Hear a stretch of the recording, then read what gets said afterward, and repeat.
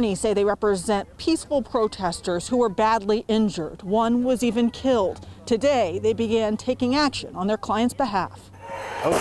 The recent protests that erupted into this are the focus for these attorneys today. We are bringing claims against the city of Seattle, the police department, King County, and the state of Washington for their roles in injuring or leading to the death of these protesters. Attorneys Karen Kohler and James Bible said their clients were peacefully protesting, including 7-year-old Josiah Avery, who attended a daytime demonstration with his father.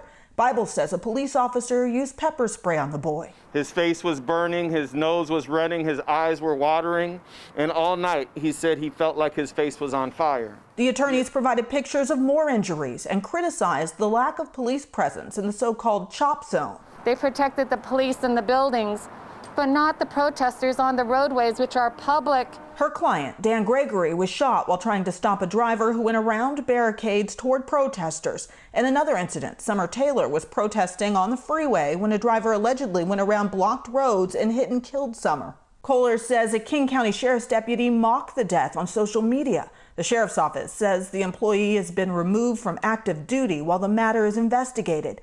As for the claims filed, Seattle police say they cannot comment on pending litigation. But last month, the police union president did talk about demonstrations that turned into riots, with protesters throwing rocks and bottles and police using tear gas. They say they were badly hurt too because of the way the situation escalated. What would you say to that? I would say, what role did the city play in escalating the situation?